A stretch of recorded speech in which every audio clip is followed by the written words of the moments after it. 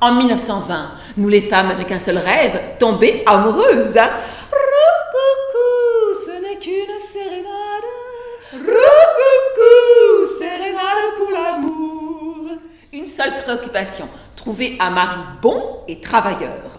Un seul devoir, repeupler la France après la saignée de 14-18. Une suprême interdiction. La loi de 1920, article 317 du Code pénal. Contraception et avortement sont interdits. Avorter menace la race.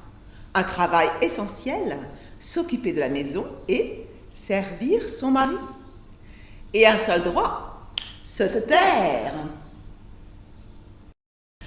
La même année, Tupperware est inventé. Désormais, les femmes ne regarderont plus les restes de la blanquette de la même façon. Oh! Et en Italie, Nutella fait son apparition. L'orgasme de second type est inventé.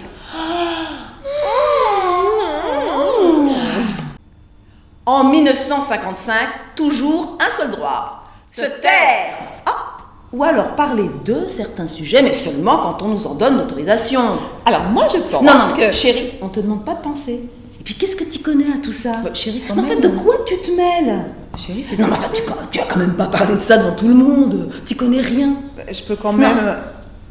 Tais-toi, c'est mieux. Et cette aviatrice américaine, Jacqueline Cochrane, est la première femme à franchir le mur du son et tout le monde s'en fout. Il fallait contourner les barrages douaniers. Des contraceptifs sont parachutés. On infiltre les filières de livraison d'armes du FLN. On garnit ses roues de voiture, ses ourlets de jupe et les doublures de sac à main de diaphragme.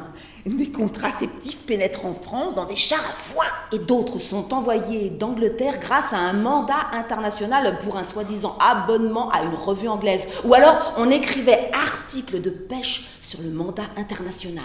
On peut se retrouver enceinte après un baiser. Moi, j'embrasse personne. Quand mon mari décharge, je tousse un bon coup. Pour être plus sûre, je tousse plusieurs fois. Mon mari, ça l'énerve. Un bon lavage vaginal avec du Coca-Cola, du citron ou du vinaigre, c'est plus sûr. On peut tomber enceinte après un rapport oral. Et lui d'ajouter en rigolant, mais non, un bon gargarisme et hop là. Moi, c'est pas de rapport. 8 jours avant, 8 jours après. Moi, c'est 10 jours avant, 10 jours après. Ah bon? Mais non! On est seulement féconde 4 jours par mois, 2 jours avant et 2 jours après l'ovulation. Autrement, quand est-ce que tu fais l'amour? Mais le moins possible. L'abstinence, c'est encore la méthode la plus sûre, non? Mais alors, vous dites n'importe quoi. Faut seulement éviter 4 jours avant et 4 jours après les règles. Moi, je croyais que c'était avant et après l'ovulation qu'il fallait éviter. Ben justement, l'ovulation, c'est quand t'as tes règles. Alors moi, je comprends plus rien. Et face à ce mystère féminin, c'est dur, mais il n'y a pas d'os dedans. Ça bouge, mais ça n'a pas de muscles. C'est doux et touchant quand ça a fini de jouer. Arrogant et obstiné quand ça veut jouer.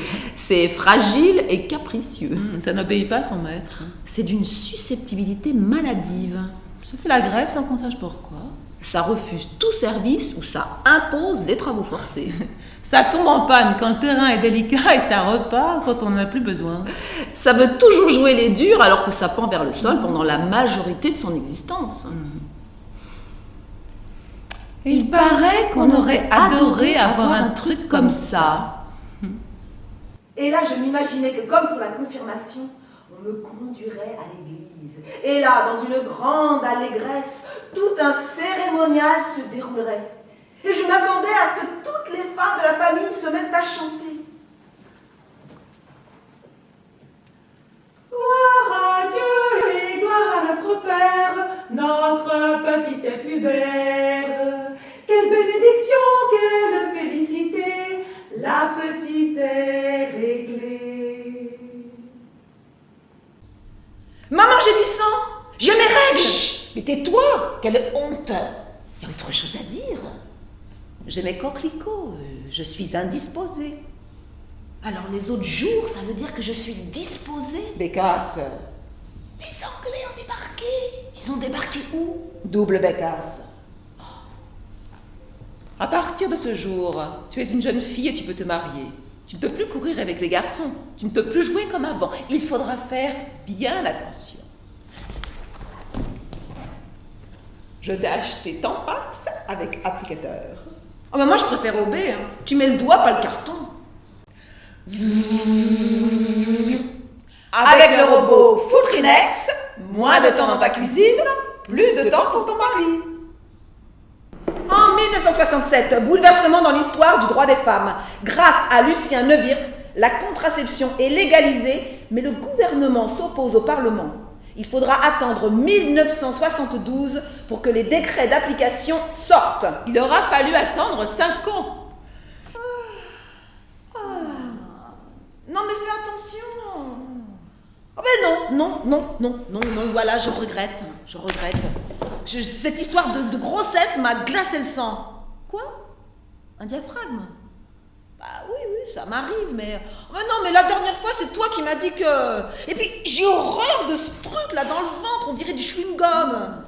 Porte-plume avec la plume. L'aiguille à tricoter. La fourchette. Un mélange d'eau et d'acide injecté dans l'utérus. Une tringle à rideau. Un Scooby-Doo. Du persil, du savon de Marseille. La branche flexible du saule. Une baleine de parapluie. Un fémur de poulet. Tout ce qui pique, perce, embroche et perfore.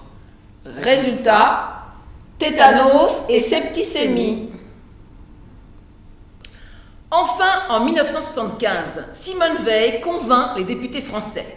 Elle introduit son projet de loi sur l'IVG par ces quelques mots. Comme vous le savez tous, messieurs les députés, les femmes ont un cycle des règles. Les pupitres sont pétrifiés. En France, en 2004, une femme décédait tous les 4 jours sous les coups de son compagnon. En 2017, c'est tous les 3 jours. Je suis restée muette. Muette, donc consentante. J'ai peur. Peur de traverser un couloir étroit. Tout ce qui est étroit me fait peur. La prochaine fois, à l'école des petites filles très sages, on m'apprendra qu'il ne faut pas se laisser toucher n'importe où, même par son grand-père qui cherche des punaises. On se dispute, on débat, on déballe, on critique. On se révolte, on dérape, on fait du bruit, pas assez, trop. On parle et ça fait du bien. On parle et on n'a pas fini de parler. Fini les inégalités?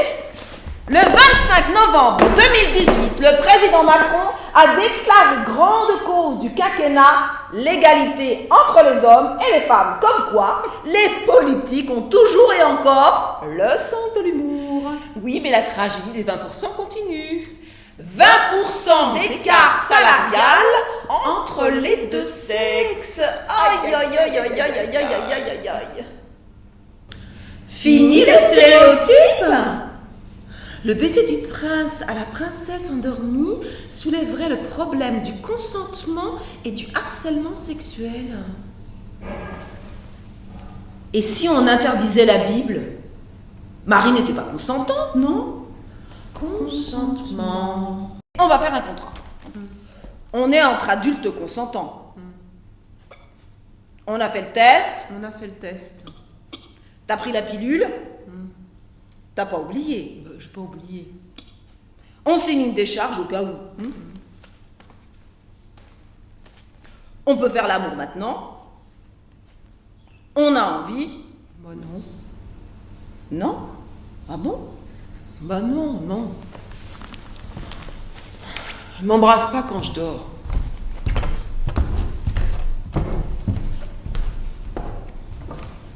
On peut voler le